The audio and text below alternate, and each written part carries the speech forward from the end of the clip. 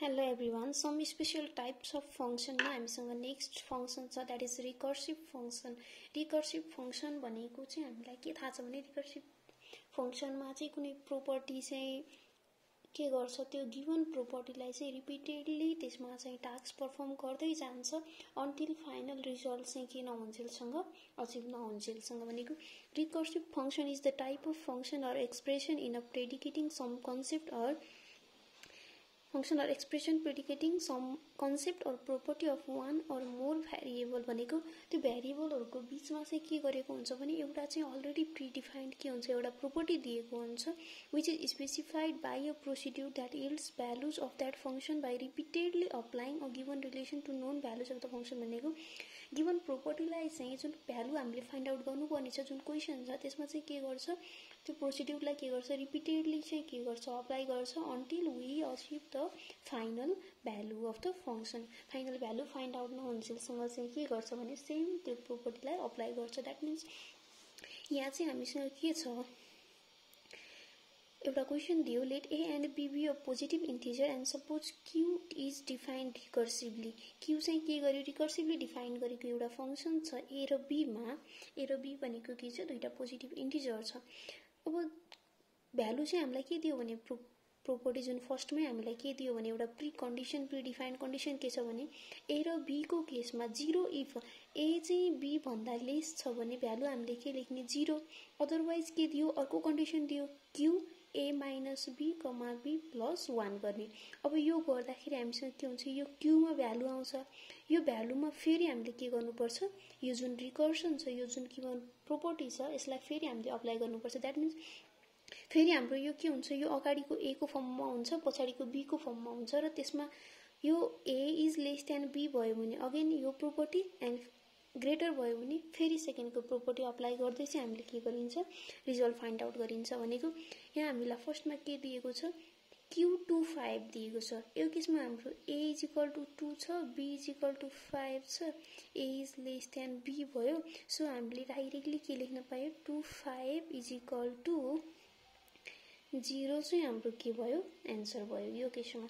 अब यहाँ सेकेन्डमा हामीसँग के छ भने Q12 दियो भनेको A इज इक्वल टु 12 छ B is equal to 5 A is greater than B छ यो केसमा.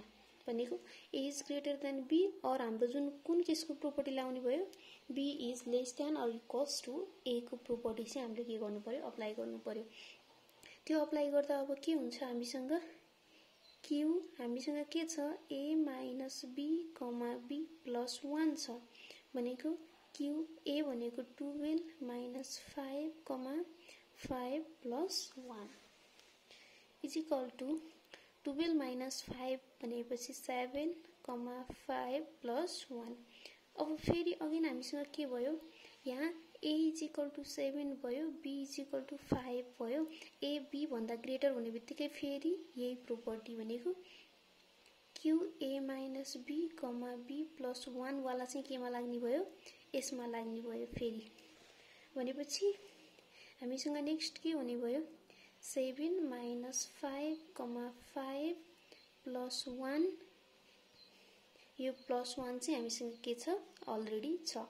भनेपछि यो के भयो 2 कमा 5 प्लस 1 प्लस 1 गर्दा अब यो केसमा फेरि के भयो A is equal to 2 B is equal to 5 A is less than B जुन फर्स्ट प्रोपर्टी छ अब त्यो लाग्यो 0 प्लस 2 गर्दा हाम्रो रिजल्ट 2 भयो. यसरी हामी के गरिन्छ रिकर्सिभली डिफाइन भएको फंक्शनको चाहिँ भ्यालु फाइन्ड आउट गरिन्छ. एन्ड नेक्स्ट वान छ integer value function. Integer value function भनेको चाहिँ के हो भने हामीसँग फ्लोटिङ पोइन्टमा रियल नम्बरमा भ्यालु छ भने पनि त्यो भ्यालुलाई चाहिँ हामीले इन्टिजरमा कन्भर्ट गर्ने भनेर भन्छ इन्टिजर भ्यालु फंक्शनले चाहिँ. त्यही भएर जुन फर्स्ट लाइन छ फर्स्ट लाइनमै के छ integer valued function is a function whose values are integers भन्यो. भनेको यसमा चाहिँ भ्यालुहरू के हुन्छ ओन्ली इन्टिजरमा रिप्रेजेन्ट गरिन्छ र फ्लोर एन्ड सिलिङ फंक्शन जुन हामीले पढ्यौं फ्लोर एन्ड सिलिङ फङ्सन भनेर त्यो फ्लोर एन्ड सिलिङ फङ्सन भनेको चाहिँ के हो भने इन्टिजर भ्यालु फङ्सन भित्रको टाइप्स हो के भनेको। फ्लोर एन्ड सिलिङ फङ्सनले के गर्थ्यो, हामीले 1.2 थियो भने यसको सिलिङ फङ्सन हामीले फाइन्ड आउट गर्नु पर्यो भने 2 हुन्थ्यो, फ्लोर फङ्सन फाइन्ड आउट गर्नु पर्यो भने 1 हुन्थ्यो भनेको। यसले पनि के गर्थ्यो, फ्लोर एन्ड सिलिङ फङ्सनले पनि रियल नम्बरहरूलाई चाहिँ के गर्थ्यो, इन्टिजर भ्यालुमा कन्भर्ट गर्थ्यो। अब इन्टिजर भ्यालु फङ्सन मात्र, अब फ्लोर एन्ड सिलिङ त्यसको फ्लोर कुन हो सिलिङ कुन हो नहेरिकन हामीले जस्ट गिभन भ्यालुलाई रियल नम्बरलाई इन्टिजरमा कन्भर्ट गर्नु पर्यो भने चाहिँ त्यो केसमा चाहिँ हामी कसरी गरिन्छ भन्ने कुरा हुन्छ भनेको। Let x be any real number, x भनेको हामीसँग रियल नम्बर छ भनेको जुनसुकै फ्लोटिङ पोइन्टको नम्बर चाहिँ हुनसक्छ भन्यो। Then the integer value of यक्सलाई हामी यसको इन्टिजर भ्यालुलाई चाहिँ हामी के गरिन्छ, INTN भित्र यो यक्स जति भ्यालु छ 1.2 छ भने 1.2 छ भने INT 1.2, INT 2.4, INT -2.4 भनेको जति छ त्यसैलाई चाहिँ हामीले अगाडि INT गरेर चाहिँ हामी त्यसको भ्यालु फाइन्ड आउट गर्दा रिप्रेजेन्ट गरिन्छ। जसले के काम गर्छ भने यक्सलाई चाहिँ इन्टिजरमा कन्भर्ट गर्छ by deleting the factorial part भनेको यो जुन पोइन्ट पछाडिको पार्ट हो यो नै हाम्रो के हुन्छ, फ्याक्टोरियल पार्ट हो भनेको।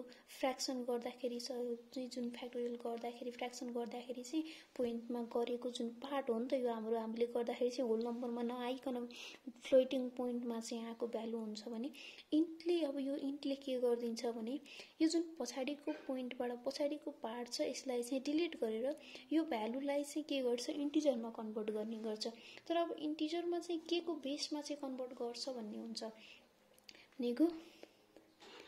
यसको लागि चाहिँ के हुन्छ, INT x is equal to floor function if x is greater than 0 भनेको। यक्स पोजिटिभ छ भने INT x is equal to x greater than 0 हुन्छ।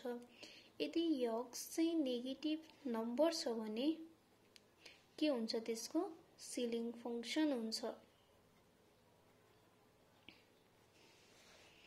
भनेको। अब हामीले चाहिँ INT गरेर 4.10 फाइन्ड आउट गर्यौं भने यसको भ्यालु अब के हुने भयो, पोजिटिभ नम्बर हो भने हामी के गरिन्छ, फ्लोर फाइन्ड आउट गरिन्छ। एन्ड INT -7.5 भयो भने यसको सिलिङ फाइन्ड आउट गरिन्छ। यसरी जाँदाखेरि त हाम्रो -6 -7 -8 हुँदा -7.5 त समथिङ यहाँ पर्छ र त्यसको सिलिङ के हुन्छ, -7.5 हुन्छ। अरू 4, 5 हुँदै गयो भने 4.10 यहाँ बिचमा कतै पर्छ र त्यसको फ्लोर भनेको के हुन्छ, 4 हुन्छ। यसरी हामी के गरिन्छ, फ्लोर एन्ड सिलिङ फङ्सन जुन हामीले अलरेडी पढ्यौँ त्यसको कन्सेप्टमा चाहिँ हामी के गरिन्छ, INT value of the real number पनि के गरिन्छ, फाइन्ड आउट गरिन्छ।